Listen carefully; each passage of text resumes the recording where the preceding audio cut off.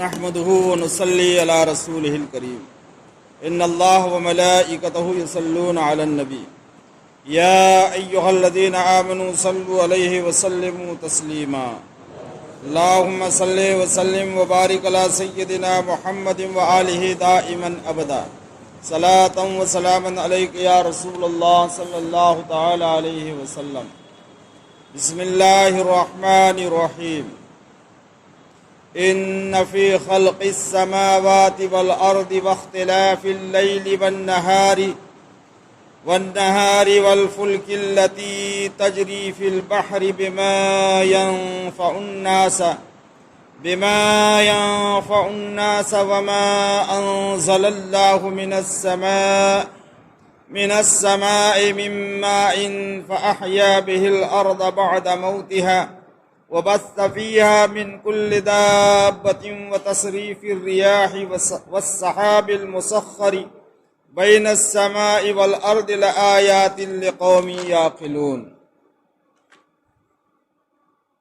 بے شک آسمانوں اور زمین کی پیدائش اور رات و دن کا بدلتے آنا اور کشتی کے دریا میں لوگوں کے فائدے لے کر چلتی ہے، اور وہ جو اللہ نے آسمان سے پانی اتار کر مردہ زمین کو اس سے جلا دیا اور زمین میں ہر قسم کے جانور پھیلائے اور ہواؤں کی گردش، اور وہ بادل کے آسمان و زمین کے بیچ میں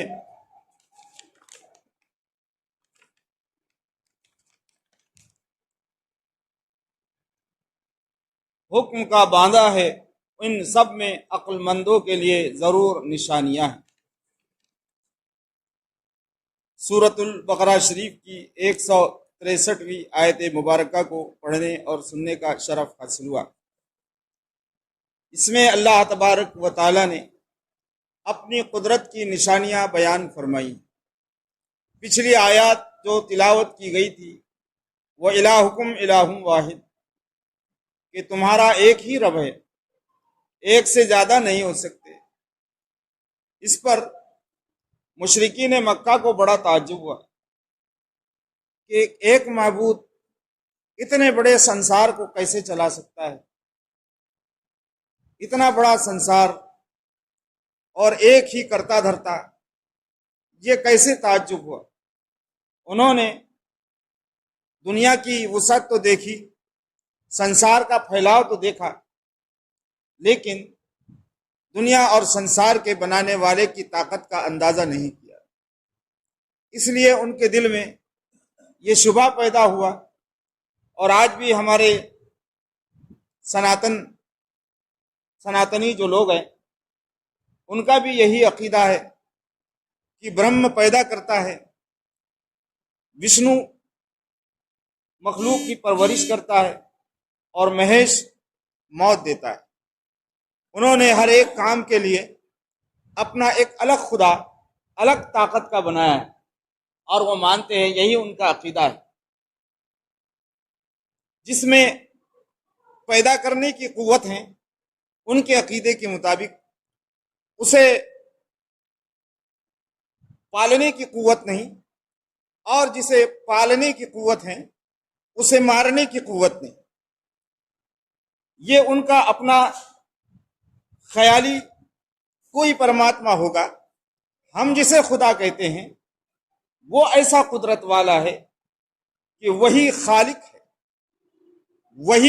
وہی پیدا کرتا ہے، وہی پالتا ہے اور وہی مارتا ہے. اور ان کاموں میں اس کو کسی سہایتا کی ضرورت نہیں، از خود وہ یہ سارے کام اپنے قدرت کے اعتبار سے انجام دیتا رہتا ہے. کیوں کہ وہ قدرت والا ہے. ہر قسم کی قدرت اسے ہی زیب ہے، اسے ہی زیب ہے.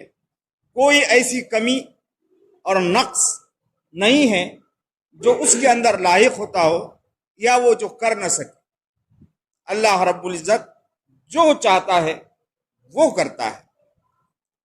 تو اللہ رب العزت نے کفار و مشرکین کے اس شبہ کا جواب دیا جو ان کو لاحق تھا کہ ایک خدا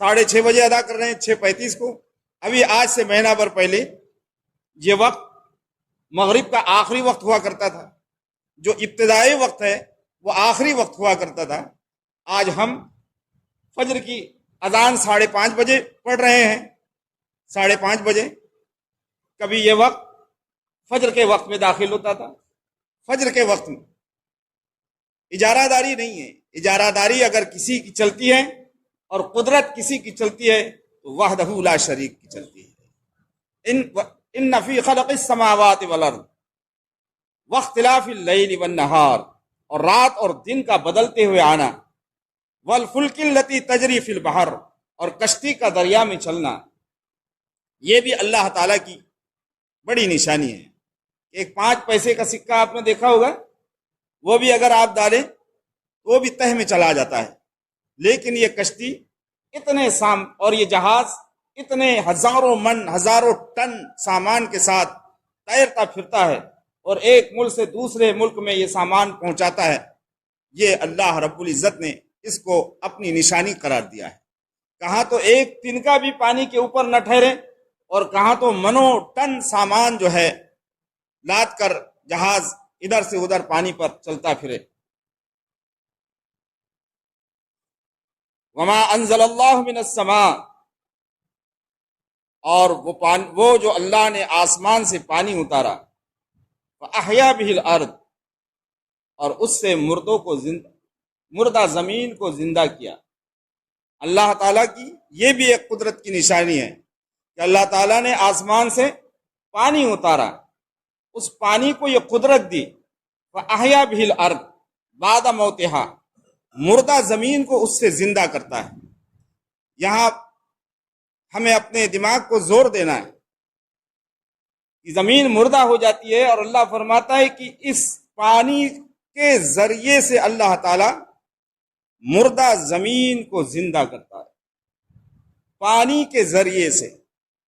بھئی کیا اللہ بغیر پانی کے ذریعے سے زمین کو مردہ نہیں کر سکتا؟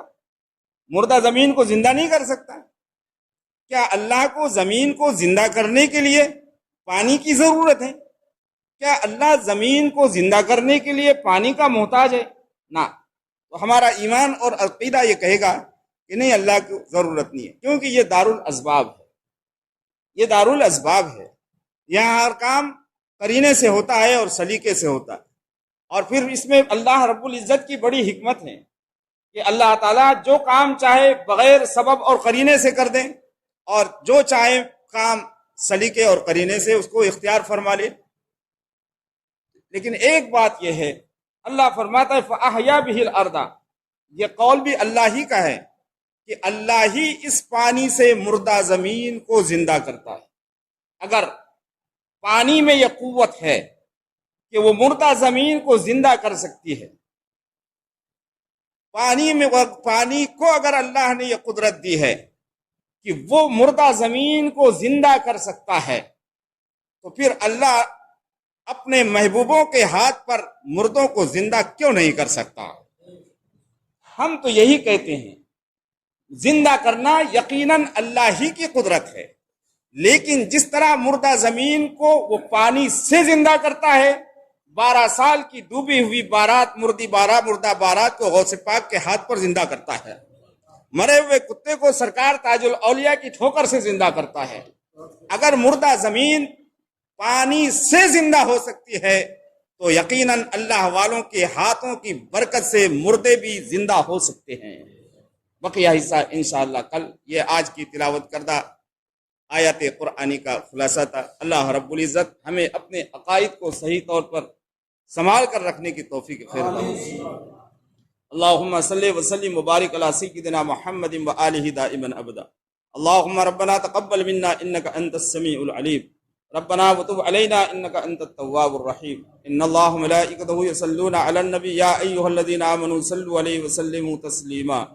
اللہم صلی وسلم مبارک علی سیدنا محمد و آلہ دائما ابدا.